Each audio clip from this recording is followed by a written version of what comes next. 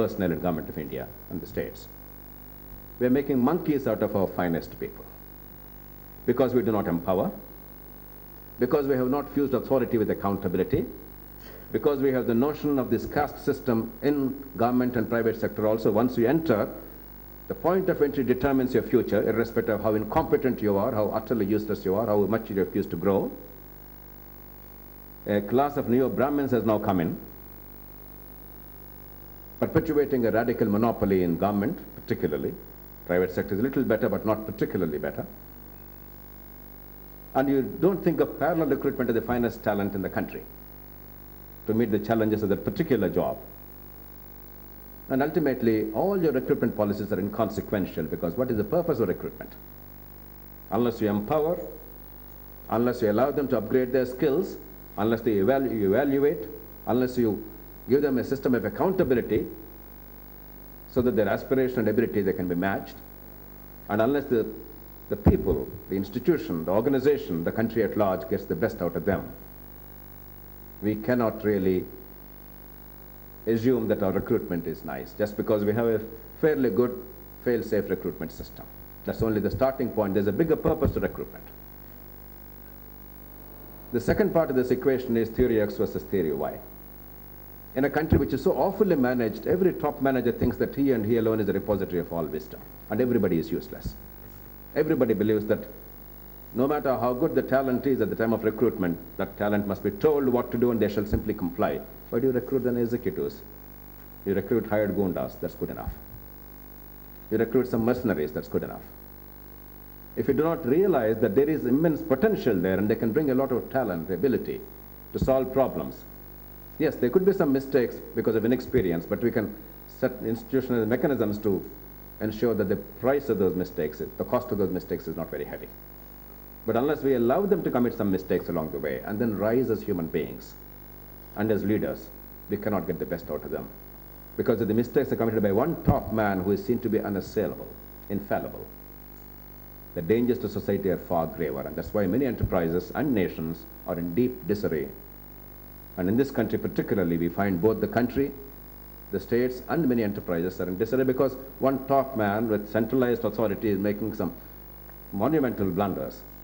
Witness the case of Kingfisher, for instance. I would say even Tata Chorus, it was lucky that Tata is such a big enterprise and therefore ultimately could overcome that. You cannot allow an individual to dominate. Yes, individuals have influence, experience, but ultimately it has to be empowerment of a large number of people and much more professionalism in getting things done. And finally, innovation. If we think that the answer to the problems is doing more of the same kind, then we're completely mistaken. Unless we continue to innovate and excel and try out new ways of doing things and fight for making them, that point of view, to be heard, I don't think we'll really prosper as a nation. Look at China again. 20 years ago, China simply produced cheap goods and nobody really cared, but increasingly they've gone up the value chain. Today, China is a match for the rest of the world. Most of the computer chips in the world are made in China or Taiwan. China is now a near monopoly holder of rare earth metal minerals. China is now actually innovating in a big way in many sectors. They're emerging as the next repository of intellectual capital in the world. So unless we go up the value chain, unless we constantly innovate and excel, we will not perform to meet the requirements of our society. As I said, one last comment about recruitment for the public sector, in particular the political sector. I'm very refreshed to see somebody like Mr. Pandirajan, very successful in personal life, in professional life, could really have anything that he wanted in personal terms. He didn't have to go through the humiliation and the indignity of seeking the vote of some people and being rejected time and again. And sitting in a legislature where his voice doesn't count, I can guarantee you, that's the way it is in most parts of the country. Because that takes guts, because unless you get the best people into the public domain, if you think asinine people who are recruited because of their pedigree, because they happen to be the sons and daughters of so-and-so and no other quality, and today we are seriously intending to choose the next Prime Minister of India on the basis of pedigree and no other consideration, and not merely at the national level, but in almost all states. The next man or the woman in command in every single party is already predetermined by genes, by birth, not by competence, not by experience, not by wisdom. And we accept it as a nation of nincompoops, as if it is theirs by birthright.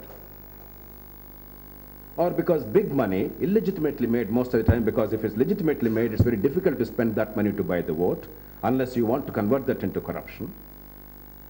Therefore, big money is mostly illegitimately made or spent in anticipation of illegitimate gains as an investment today, to buy the vote, not to really reach out to the public, not to spread the message, or divide the society on basis of caste, region, religion, and language, cynically exploiting the primordial loyalties in the country in order to make personal gain and let the nation be damned. If that is the source of public recruitment, how can we be better served as a country?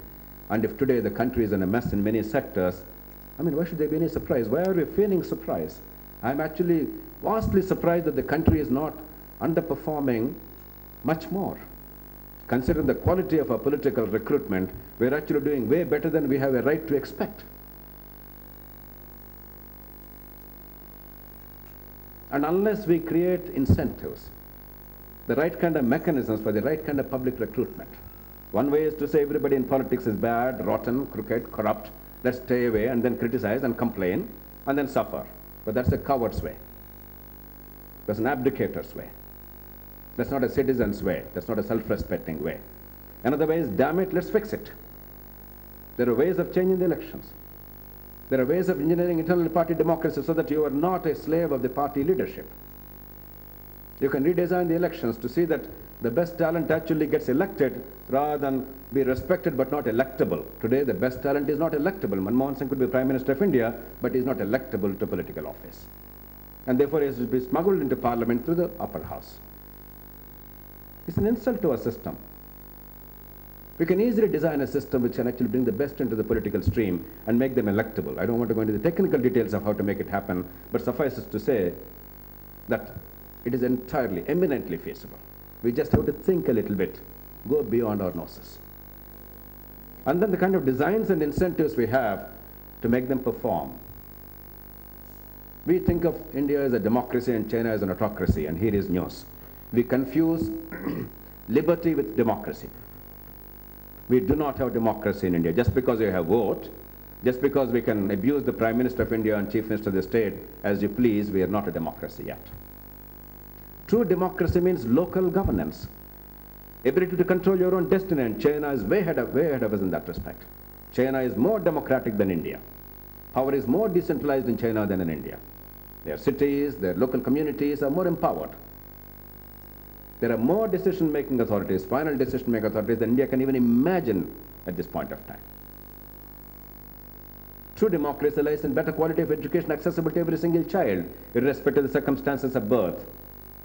True democracy lies in infrastructure that ensures that you can visit Delhi tomorrow even if you can't afford an airfare. Can anybody here who has to go to Delhi by tomorrow or day after tomorrow and can't afford an airfare or 5,000, 10,000 rupees hotel overnight cost at company's expense, somebody who cannot afford that, can anybody afford to go to Delhi by day after tomorrow, suddenly if you have to go today? Where is democracy in this? We're completely mistaking what democracy is. True democracy is not merely vote. It's not merely the liberty to speak as you please. It is much more. It is empowerment.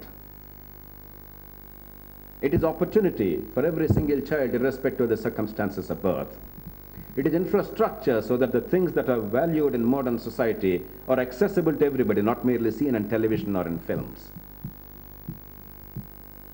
And therefore, some of our arrogance about our democracy must give place to a little more of humility and willingness to learn and willingness to change, and quickly. My appeal to all of you is, there's much more to what you're doing than you yourselves realize. And the problems that you face day in and day out are a subset of the larger set of problems, and they're all linked. And they can be easily resolved if we have the sense, but only if we have the sense as a society. It does not fall on you alone as a small group of very dedicated professionals to change the country, but all of us must get together. And therein lies our self-interest and national interest. As a Hebrew sage said, if I'm not for myself, then who is? If I don't fight for myself as a citizen, as a group of professionals, then who will? If I'm for myself only, then what am I? If I don't know the distinction between myself and us together as a community, if I don't understand the links, then what am I? If not now, when? I ask a few, as people who really understand human nature, who are seeing the crisis of this country firsthand as part of your professional work, to raise your voice, make it heard as boldly as is possible, so that 10 years hence, we don't have to have this agony of having to go through this. We don't deserve this. We can do much more, much better. But for that, we have to respect ourselves as a society, as professionals, as human beings, as citizens. And without self-respect and dignity, no nation can perform. I hope your deliberations will go well. I wish you all the very best. Congratulations. Thank you.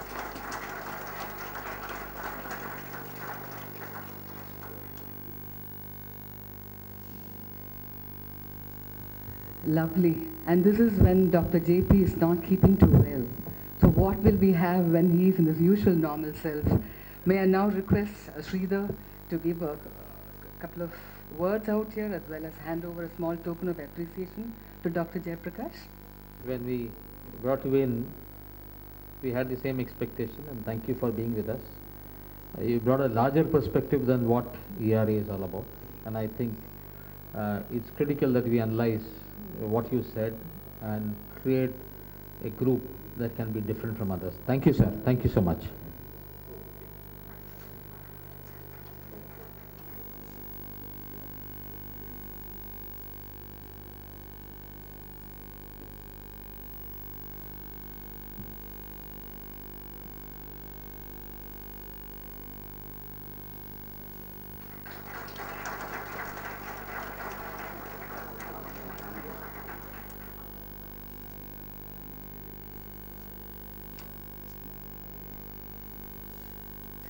My apologies. I'm too much of a talking.